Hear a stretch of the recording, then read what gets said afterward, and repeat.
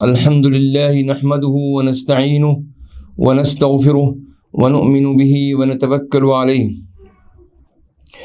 ونعوذ بالله من شرور أنفسنا ومن سيئات أعمالنا من يهده الله فلا مضل له ومن يضلله فلا هادي له ونشهد أن لا إله إلا الله وحده لا شريك له ونشهد أن سيدنا ونبينا وحبيبنا ومولانا محمدا عبده ورسوله صلى الله تعالى عليه وعلى آله وأصحابه وأزواجه وذرياته وجميع أهل بيته وبارك وسلم تسليما كثيرا كثيرا. أما بعد، فأعوذ بالله من الشيطان الرجيم. بسم الله الرحمن الرحيم. رب اشرح لي صدري ويسر لي أمري واحلل عقدة من لساني يفقهوا قولي. صدق الله العظيم.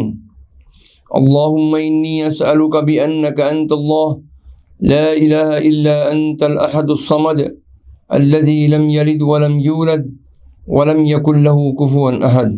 بزرگان محترم، برادران ملت، سلسلے کے مخلصین، عزیز نوجوان ساتھیوں اور ہماری قابل احترام مائیں بہنیں اور بچیاں، معیار السلوک کا درس جاری ہے اور معیار السلوک میں جو 49 معیار بیان کیے گئے ہیں طالب حق کے لیے، سلوک طے کرنے والے کے لیے، اور 49 پیمانے بیان کیے گئے ہیں، ان میں سے ایک معیار کا بیان پورا ہوا.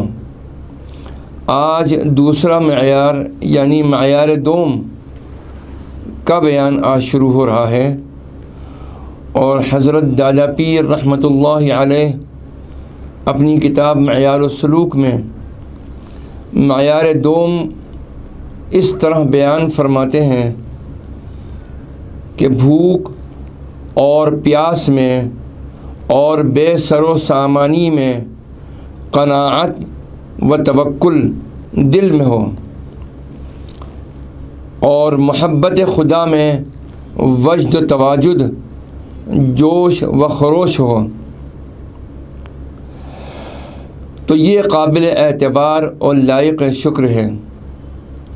اور بحالت مرغن کھانے کے اور مال و اسباب موجود ہونے کے قناعت اور توکل معلوم ہو، تو یہ وجد و تواجد، تو یہ نفس کا دھوکہ ہے اور ذاتی خیال ہے. اس سے متعلق حضرت دادا پیر رحمۃ اللہ علیہ نے خود ایک شعر، اس کی تشریح میں یہ لکھا ہے کہ نفس کے دھوکے بہت باریک ہیں، نفس کے دھوکے بہت باریک ہیں، راستے اس کے بہت تاریک ہیں، مشعل قول ائمہ طریق سامنے رکھ تا نہ ہووے تو غریق. یعنی حضرت دادا پیر رحمۃ اللہ علیہ ارشاد فرماتے ہیں کہ آدمی بھوکا ہے، پیاسا ہے، کھانے کے لیے میسر نہیں ہے، پینے کے لیے کوئی چیز موجود نہ ہو، اور اس سر و سامانی میں، بے سر و سامانی میں اللہ پر یقین ہو، توکل ہو، قناعت ہو اور رضا کی کیفیت ہو، اور اسی حالت میں اور اسی کیفیت میں اللہ کی محبت بھی ہو، تو یہ جو کیفیت ہے وجد و تواجد ہے، اور یہ جو اللہ تعالیٰ کی محبت کا جوش دل کے اندر ہو، تو اس شکر کا جو ہے وہ اعتبار کے قابل ہے یہ شکر. اور آدمی مرغن کھانا کھا رہا ہے، خوب فراوانی ہے پیسے کی، مال و اسباب کی، اور کدھر بھی کوئی کمی نہیں ہے، ہر طرف فراوانی ہے، اور پھر یہ کہتا ہے کہ میں قناعت کرتا ہوں، اللہ پر بھروسہ رکھتا ہوں، تو یہ نفس کا دھوکہ ہے. تو اس معیار کو جو حضرت دادا پیر رحمۃ اللہ علیہ نے صرف 3 سطروں میں بیان کیا ہے، یہ یقیناً آپ نے ایک پیمانہ بیان کیا، اور یہ ایک طریقے سے یوں سمجھیے کہ یہ معیارات جتنے بھی بیان کیے ہیں 49، یہ دریا بکوزہ ہیں، ایک طریقے سے علم اور معرفت کا سمندر ان معیاروں میں آپ نے جمع کر دیا ہے۔ ہم اس معیار کی تشریح کے سلسلے میں ہم نے مدد لی کہ اس کی تشریح کی جائے نفس کی، بھوک کی، پیاس کی اور قناعت اور توکل کی۔ تو ہم اس کی شروعات آج نفس سے کرتے ہیں، اور حضرت امام غزالی رحمۃ اللہ علیہ کی کتاب احیاء العلوم، جس کا ترجمہ کیمیائے سعادت ہے، ہم نے اس سے مدد لی، اور اس کی مدد سے ہم اس معیار دوم کی تشریح کرتے ہوئے ہم آگے بڑھتے ہیں۔ آپ ارشاد فرماتے ہیں کہ اے عزیز، اچھی طرح جان لو کہ آدمی کا سب سے بڑا دشمن اس کا نفس ہے، جو اس کے اندر گھسا ہوا بیٹھا ہے۔ یہی نفس اسے برائی اور گناہ کی طرف لے جاتا ہے۔ اسی نفس کے تزکیے اور اسے راہ راست پر رکھنے کا کام آدمی کے سپرد ہوا ہے۔ پس اگر تم اپنے نفس کی خبر نہ لوگے تو وہ سرکش ہو جائے گا اور قابو سے باہر ہو جائے گا، اور پھر ہاتھ نہ آئے گا۔ لیکن اگر تم اسے ملامت کرتے رہو گے، برا بھلا کہتے رہو گے، تو وہ نفس لوامہ بن جائے گا۔ بلکہ کیا عجب کہ رفتہ رفتہ نفس مطمئنہ بن جائے اور ان بندگان الہی میں شامل ہو جائے جو اللہ سے راضی ہوں اور اللہ ان سے راضی ہو۔ دیکھو، کسی وقت بھی اس کو نصیحت اور ملامت کرنے سے غافل نہ رہو، بلکہ دوسروں کو نصیحت تب کرو جب پہلے اپنے نفس کو نصیحت کر لو۔ اے نفس، ذرا انصاف کر، تو سمجھتا ہے کہ میں بڑا عقل مند ہوں، مگر تیرے برابر بے وقوف کوئی نہ ہوگا۔ کیا تو نہیں جانتا کہ جنت اور دوزخ تیرے سامنے ہے، اور تو بہت جلد کسی ایک میں جانے والا ہے؟ پھر تجھے کیا ہوا ہے کہ ہر وقت ہنستا کھیلتا دنیا میں مگن رہتا ہے؟ کیا تو نہیں جانتا کہ تیرے اوپر موت کا کٹھن وقت آنے والا ہے؟ آج ہو یا کل، جس موت کو تو دور سمجھتا ہے، اللہ کے نزدیک وہ بہت قریب ہے۔ جس چیز کو آنا ہی ہے وہ قریب ہی ہے۔ کیا تجھے یہ نہیں معلوم کہ موت اچانک ہی آتی ہے، نہ کوئی خبر کرنے والا آتا ہے اور نہ کوئی پیغام؟ یہ نہیں کہ دن کو آئے رات کو نہ آئے، یا رات کو آئے دن کو نہ آئے، یا بچپن میں آئے جوانی میں نہ آئے، جوانی میں آئے بچپن میں نہ آئے، موت تو کسی بھی سانس آ جائے گی۔ بس تجھے کیا ہوا ہے کہ موت اتنی نزدیک ہے مگر تو اس کی تیاری نہیں کرتا۔ اللہ تعالیٰ نے سورہ انبیاء کے اندر قرآن کریم میں ارشاد فرمایا، اعوذ باللہ من الشیطان الرجیم، بسم اللہ الرحمن الرحیم، اقتربت الساعة اقترب للناس حسابهم وهم في غفلة معرضون ما يأتيهم من ذكر من ربهم محدث إلا استمعوه وهم يلعبون لاهية قلوبهم وأسروا النجوى الذين ظلموا هل هذا إلا بشر مثلكم أفتأتون السحر وأنتم تبصرون۔ رحم و کرم کرنے والے کے نام سے شروع کرتا ہوں۔ لوگوں کے حساب کا وقت قریب آ گیا ہے، پھر بھی وہ بے خبری میں منہ پھیرے ہوئے ہیں۔ ان کے پاس ان کے رب کی طرف سے جو بھی نئی نصیحت آتی ہے اسے وہ کھیل کود میں ہی سنتے ہیں۔ ان کے دل بالکل غافل ہوتے ہیں۔ ان ظالموں نے چپ کے سرگوشیاں کیں کہ یہ تم ہی جیسا انسان ہے۔ پھر کیا وجہ ہے کہ جو تم آنکھوں دیکھے جادو میں آ جاتے ہو۔ قیامت سے غافل انسان، اللہ تعالیٰ عز و جل لوگوں کو متنبہ فرما رہے ہیں کہ قیامت قریب آ گئی ہے، پھر بھی لوگوں کی غفلت میں کمی نہیں آئی ہے، نہ وہ اس کے لیے کوئی تیاری کر رہے ہیں جو انہیں کام آئے، بلکہ دنیا میں پھنسے ہوئے ہیں اور ایسے مشغول اور منہمک ہو رہے ہیں کہ قیامت سے بالکل غافل ہو گئے ہیں۔ جیسے اور آیت میں ہے اتا امر اللہ فلا تستعجلوہ، امر الہی آ گیا، اب کیوں جلدی مچا رہے ہو۔ دوسری آیت میں فرمایا گیا اقتربت الساعۃ وانشق القمر، قیامت قریب آ گئی اور چاند پھٹ گیا۔ ابو نواز شاعر نے ایک شعر ٹھیک اسی معنی میں کہا ہے، الناس فی غفلاتہم وروح المنیۃ تطحن، موت کی چکی زور زور سے چل رہی ہے اور لوگ غفلتوں میں پڑے ہوئے ہیں۔ حضرت عامر بن ربیعہ رضی اللہ تعالی عنہ کے ہاں ایک صاحب مہمان بن کر آئے، انہوں نے بڑے اکرام اور احترام سے انہیں اپنے ہاں اتارا اور ان کے بارے میں رسول پاک صلی اللہ تعالی علیہ وسلم سے بھی سفارش کی۔ ایک دن یہ بزرگ مہمان ان کے پاس آئے اور کہنے لگے کہ رسول اللہ صلی اللہ تعالی علیہ وسلم نے مجھے فلاں وادی عطا فرما دی ہے، میں چاہتا ہوں کہ اس بہترین زمین کا ایک ٹکڑا میں آپ کے نام کر دوں کہ آپ کو بھی فارغ البالی رہے اور آپ کے بعد آپ کے بال بچے بھی آسودگی سے زندگی گزاریں۔ حضرت عامر رضی اللہ تعالی عنہ نے جواب دیا کہ بھائی مجھے اس کی کوئی ضرورت نہیں ہے، آج ایک ایسی صورت نازل ہوئی ہے کہ ہمیں تو دنیا کڑوی معلوم ہونے لگی ہے۔ پھر آپ نے یہی اقترب للناس کی تلاوت فرمائی۔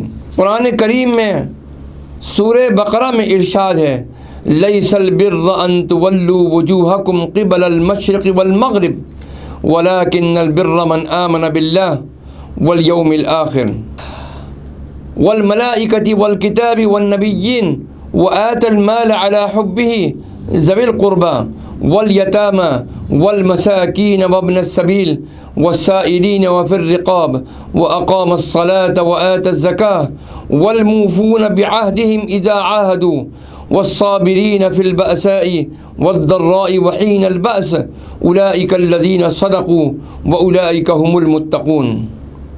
لیس البر ان تولوا وجوہکم قبل المشرق والمغرب، نیکی یہی نہیں ہے کہ تم اپنے چہرے مشرق اور مغرب کی طرف پھیرو، ولیکن البر، بلکہ نیکی تو اس کی ہے کہ من آمن باللہ والیوم الآخر والملائکۃ والکتاب والنبیین، جو ایمان لائے اللہ پر، یوم آخرت پر، فرشتوں پر، کتاب پر اور نبیوں پر، وآت المال علی حبہ، اور وہ خرچ کرے مال اس کی محبت کے باوجود، یعنی مال کی محبت کے علی الرغم، علی حبہ میں ضمیر متصل اللہ کے لیے نہیں ہے بلکہ مال کے لیے ہے، یعنی مطلب یہ ہوا کہ مال اگرچہ محبوب ہے پھر بھی وہ اللہ کی راہ میں خرچ کر رہا ہے۔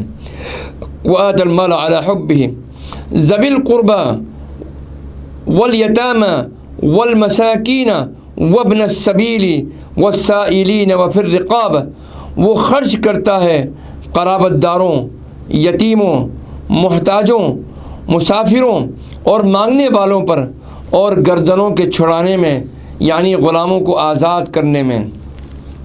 گویا کہ نیکیوں کے مظاہر میں اولین مظہر انسانی ہمدردی ہے، اگر یہ نہیں ہے تو نیکی کا وجود بھی نہیں ہے۔ عبادات کے انبار لگے ہوں مگر دل میں شقاوت ہو، بدبختی ہو، انسان کو حاجت میں دیکھ کر دل نہ پسیجے، کسی کو تکلیف میں دیکھ کر تجوری کی طرف ہاتھ نہ بڑھے، حالانکہ تجوری میں مال موجود ہو تو یہ طرز عمل دین کی روح سے بالکل خالی ہے۔ وَأَقَامَ الصَّلَاةَ وَآتَ الزَّكَاةَ، اور قائم کرے نماز اور ادا کرے زکوٰۃ۔ حکمت دین ملاحظہ کیجیے کہ نماز اور زکوٰۃ کا ذکر ایمان اور انسانی ہمدردی کے بعد آیا ہے، اس لیے کہ روح دین ایمان ہے اور نیکی کے مظاہر میں سے مظہر اول انسانی ہمدردی ہے۔ اور یہ بھی نوٹ کر لیجئے کہ یہاں زکوٰۃ کا علیحدہ ذکر کیا گیا جبکہ اس سے قبل بھی عطائے مال کا ذکر ہو چکا ہے۔ یعنی اگر کچھ لوگوں نے یہ سمجھا کہ بس ہم نے اپنے مال میں سے زکوٰۃ نکال دی تو پورا حق ادا ہو گیا، نہیں، ایسا نہیں، یہ تو ان کی خام خیالی ہے۔ مال میں زکوٰۃ کے سوا بھی حق ہے، اور آپ صلی اللہ علیہ وسلم نے یہ مذکورہ بالا آیت تلاوت فرمائی، والموفون بعہدہم اذا عاہدوا، اور جو پورا کرنے والے ہیں اپنے عہد کو جب کوئی عہد کر لیں، والصابرین فی البأساء والضراء وحین البأس، اور خاص طور پر صبر کرنے والے فقر و فاقہ میں، تکالیف میں اور جنگ کی حالت میں۔ اولئک الذین صدقوا، یہ ہیں وہ لوگ جو سچے ہیں۔ راست بازی اور نیکوکاری کا دعویٰ تو بہت سو کو ہے، لیکن وہ لوگ ہیں جو اپنے دعوے میں سچے ہیں۔ اولئک هم المفلحون، یہی حقیقت میں متقی ہیں اور پرہیزگار ہیں اور اللہ سے ڈرنے والے ہیں۔ کیا دو محبتیں اکٹھا ہو سکتی ہیں؟ جو شخص اپنے نفس کی ماہیت سے واقف ہو گیا اور معرفت الہی حاصل کر لی، اور جس نے دنیا کی حقیقت سمجھ لی، وہ خوب سمجھ سکتا ہے کہ اللہ تعالیٰ کی محبت کے ساتھ دنیا کی محبت کا جمع ہونا ایسا ہی ناممکن ہے جس طرح ایک برتن میں آگ اور پانی کا جمع ہونا ناممکن ہے۔ اور جب تک انسان دنیا سے منہ نہ پھیرے گا کہ ان فانی تعلقات کو منقطع کرے اور بقدر ضرورت دنیا پر قناعت کر کے باطمینان ہر لحظہ فکر و ذکر الہی میں مشغول ہو جائے، اس وقت تک اللہ تعالیٰ کی محبت پیدا نہ ہوگی۔ اگر تمہاری ایسی حالت ہو جائے اور نور بصیرت کے مشاہدے سے یہ اسرار منکشف ہو جائیں، تب تو کسی کو سمجھانے اور بتانے کی حاجت ہی نہیں، ورنہ شریعت کے تابع بن کر دیکھو کہ اللہ تعالیٰ نے دنیا کی کس قدر مذمت فرمائی ہے۔ تقریباً ایک تہائی قرآن اسی دل فریب سبززار زہر ہلاہل کی برائیوں کے تذکرے سے بھرا ہوا ہے۔ چنانچہ فرمایا کہ جنہوں نے سرکشی کی اور دنیا کو آخرت پر ترجیح دی وہ جہنمی ہیں، اور حضور پرنور صلی اللہ تعالیٰ علیہ وسلم کا فرمان ذی شان ہے کہ تعجب ہے ان لوگوں پر جو عالم بقا کو سچا سمجھیں اور پھر اسے اس ناپائیدار پر فریفتہ ہوں۔ جان لو کہ جو لوگ دنیا کو مقصود سمجھ کر اس کے کمانے میں مشغول ہو جاتے ہیں وہ ہمیشہ پریشان رہتے ہیں، ان کی طلب کبھی ختم نہیں ہوتی۔ وَلَن يَمْلَأَ فَاهُ إِلَّا التُّرَابُ، ان کی فکر کبھی رفع نہیں ہوتی، ان کی آرزو کبھی پوری نہیں ہو سکتی، اس کا رنج و غم کبھی دور نہیں ہو سکتا۔ وَيُطْعِمُونَ الطَّعَامَ عَلَى حُبِّهِ مِسْكِينًا وَيَتِيمًا وَأَسِيرًا إِنَّمَا نُطْعِمُكُمْ لِوَجْهِ اللَّهِ لَا نُرِيدُ مِنكُمْ جَزَاءً وَلَا شُكُورًا۔ وَيُطْعِمُونَ الطَّعَامَ عَلَى حُبِّهِ مِسْكِينًا وَيَتِيمًا وَأَسِيرًا، وہ کھانا کھلاتے ہیں اللہ کی محبت میں مسکین کو، یتیم کو اور قیدیوں کو۔ علی حبہ مسکینہ کا دوسرا مفہوم یہ بھی ہے کہ وہ مال کی محبت کے علی الرغم کھانا کھلاتے ہیں، ان کے دلوں کے اندر مال کی محبت ہے، لیکن اپنی اس محبت کے اوپر وہ غریبوں اور محتاجوں کو کھانا کھلانا زیادہ پسند کرتے ہیں۔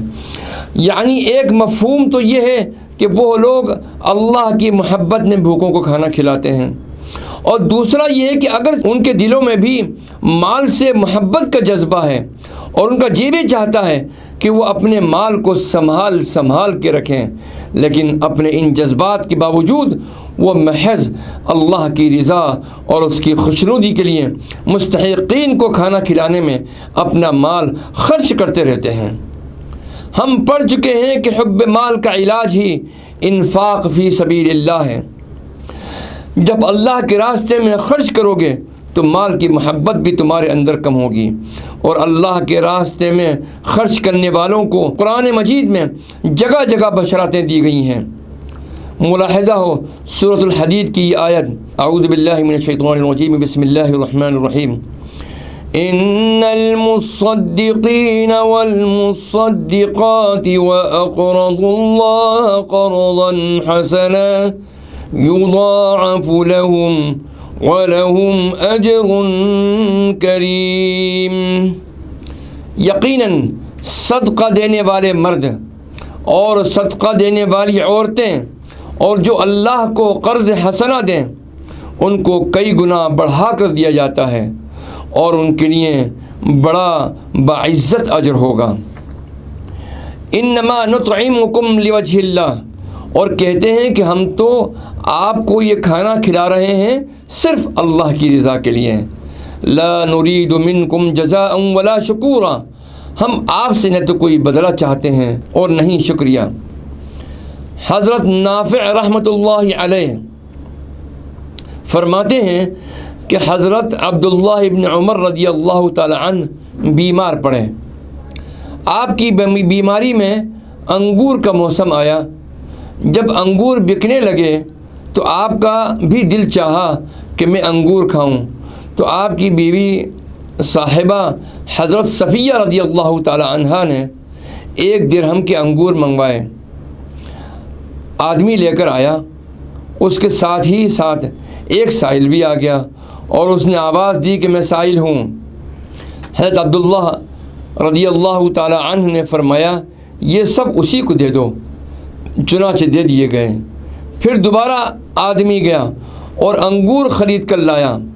اب کی مرتبہ بھی سائل آ گیا اور اس کے سوال پر اسی کو سب کے سب انگور دے دیے گئے۔ لیکن اب کی مرتبہ حضرت صفیہ نے سائل کو کہلوا بھیجا کہ اگر اب تو آئے تو تمہیں کچھ نہ ملے گا۔ چنانچہ تیسری مرتبہ 1 درہم کے انگور پھر منگوائے گئے۔ اللہ تعالیٰ قرآن کریم میں ارشاد فرماتے ہیں، قل یا عبادی الذین آمنوا اتقوا ربکم للذین احسنوا فی هذه الدنیا حسنہ وارض اللہ واسعہ انما یوفی الصابرون اجرهم بغیر حساب۔ اے نبی صلی اللہ تعالی علیہ وسلم، آپ کہہ دیجئے کہ اے میرے وہ بندو جو ایمان لائے ہو، اپنے رب کا تقوی اختیار کرو۔ للذین احسنوا فی هذه الدنیا حسنہ، جو لوگ احسان کی روش اختیار کریں گے ان کے لیے اس دنیا میں بھی بھلائی ہے۔ وَأَرْضُ اللَّهِ وَاسِعَةٌ، اور اللہ کی زمین بہت وسیع ہے۔ إِنَّمَا يُوَفَّى الصَّابِرُونَ أَجْرَهُمْ بِغَيْرِ حساب، یقیناً صبر کرنے والوں کو ان کا اجر پورا دیا جائے گا بغیر حساب کے۔ لا يؤمن أحدكم حتى يكون هواه تبعا لما جئت به، حدیث پاک ہے کہ تم میں سے کوئی مومن نہیں ہو سکتا جب تک کہ اس کی خواہش میری لائی ہوئی تعلیم کے تابع نہ ہو جائے۔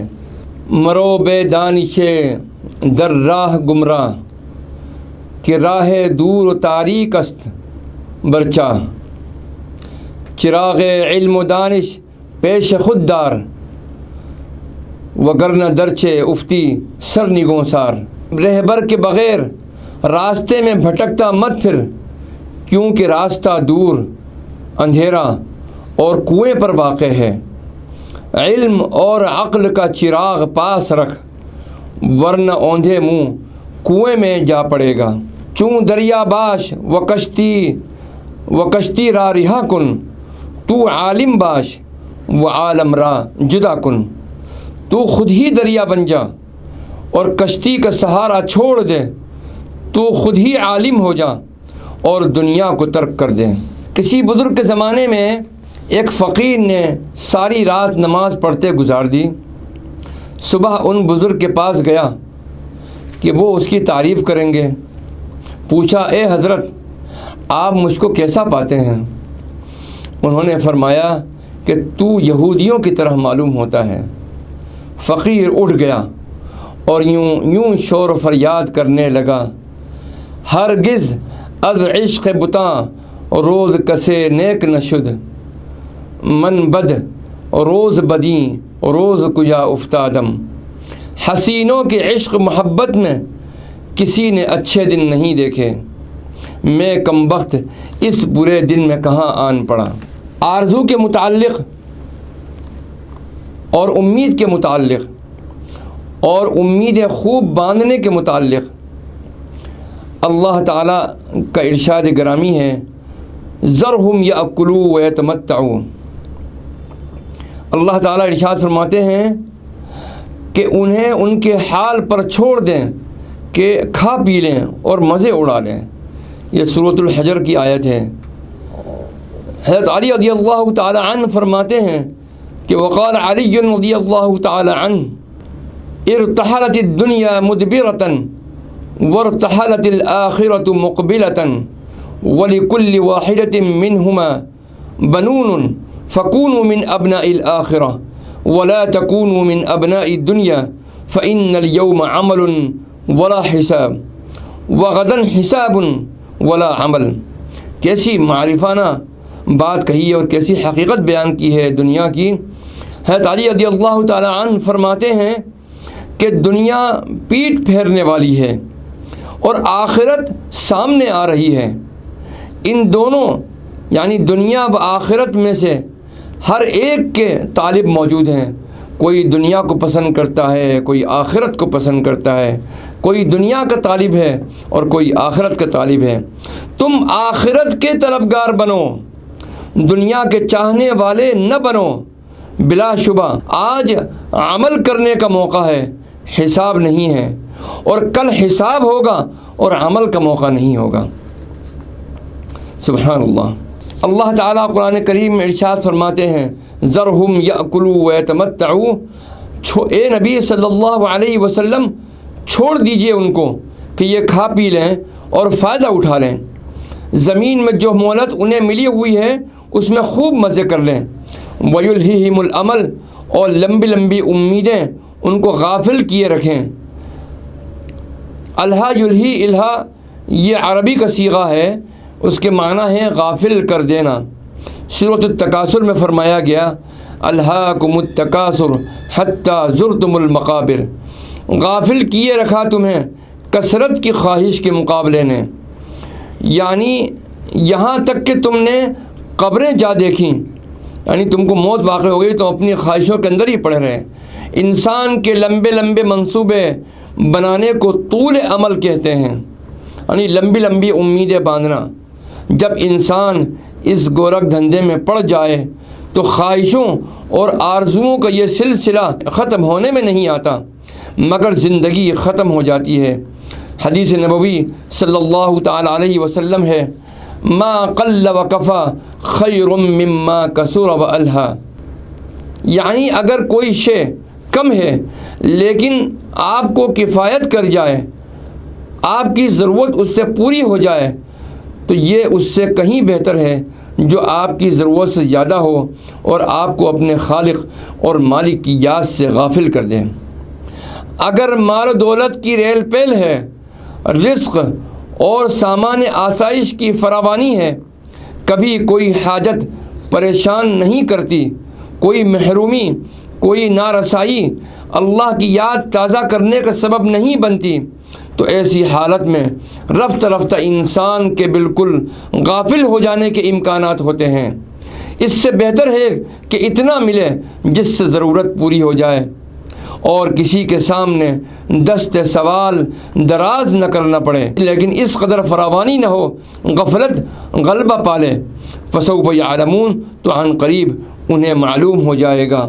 اللہ تعالی ہم کو ہمارے اندر دنیا کی محبت، ہمارے اندر سے دنیا کی محبت نکال کر اپنی محبت، اپنی معرفت عطا فرمائے، اور اللہ ہم کو اپنی مکمل رضا اور خوشنودی عطا فرمائے. وآخر دعوانا ان الحمد للہ رب العالمین۔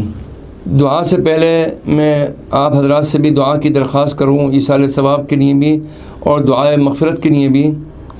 حضرت دادا پیر رحمۃ اللہ علیہ جن کا کہ معیار سلوک کا درس چل رہا ہے، ان کے نواسے محمد عثمان علی خان جو کہ ہمارے رشتے میں ماموں تھے، ان کا انتقال ابھی کچھ عرصے پہلے ہوا، اور اسی کے ساتھ ساتھ حضرت دادا پیر رحمۃ اللہ علیہ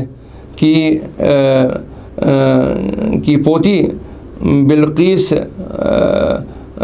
صاحبہ مرحومہ کا بھی انتقال ہوا۔ ان دونوں، یہ بلقیس صاحبہ مرحومہ ہماری پھوپھی لگتی تھیں اور عثمان علی خان ہمارے ماموں لگتے تھے، تو ان دونوں کی مغفرت کے لیے آپ دعا فرمائیں، اللہ تعالیٰ ان کے درجات کو بلند فرمائے اور ان کو بھی اللہ جنت الفردوس میں اعلیٰ مقام عطا فرمائے۔ بسم اللہ الرحمن الرحیم۔ اللہم صلی علی سیدنا و مولانا محمد وعلی آل سیدنا و مولانا محمد وبارک وسلم۔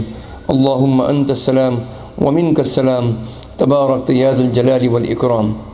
اے اللہ، ہمارے عزیز و اقارب میں اور چاہنے والوں میں جو بھی وفات پا چکے ہیں، اے اللہ ان سب کی مغفرت فرما دے، ان کے درجات کو بلند فرما، اور اے اللہ ان کے علاوہ جو ہمارے علم میں بھی نہیں ہیں، اے اللہ اور اس درمیان انہوں نے وفات پائی ہے، اے اللہ اے اللہ وہ ایمان کی حالت میں اے اللہ ان کی موت واقع ہوئی ہے، اے اللہ ان کی بھی مغفرت فرما دے، اے اللہ ان کے درجات کو بلند فرما، اے اللہ ان پر اپنی رحمتیں اور برکتیں نازل فرما، اے اللہ ان کی قبور پر اپنے انوار و برکات کی بارش فرما، اے اللہ ہمیں جو بیمار ہیں ان کو شفائے کامل عطا فرما، اے اللہ جو مقروض ہیں ان کے قرض کی ادائیگی کی صورت پیدا فرما دیں، اے اللہ جو تیری یاد سے غافل ہیں ان کو اپنے ذاکرین میں شامل فرما لیں، اے اللہ جو مایوسی کے شکار ہیں، اے اللہ ان کے اندر یقین کامل پیدا فرما دیں، اے اللہ ان کے قلوب کو امید سے بھر دیں، اے اللہ ان کے اندر یقین کامل پیدا فرما کر اے اللہ تیرے مقدر کیے ہوئے فیصلے پر راضی رہنے کی اللہ توفیق رفیق عطا فرما دیں، اے اللہ تو ہم سب پر اپنا فضل خصوصی فرما، کرم فرما، رحم فرما۔ ربنا تقبل منا انك انت السميع العليم وتب علينا يا مولانا انك انت التواب الرحيم، وصلى الله تعالى على خير خلقه سيدنا محمد وعلى آله وأصحابه أجمعين برحمتك يا أرحم الراحمين، والسلام عليكم ورحمة الله وبركاته۔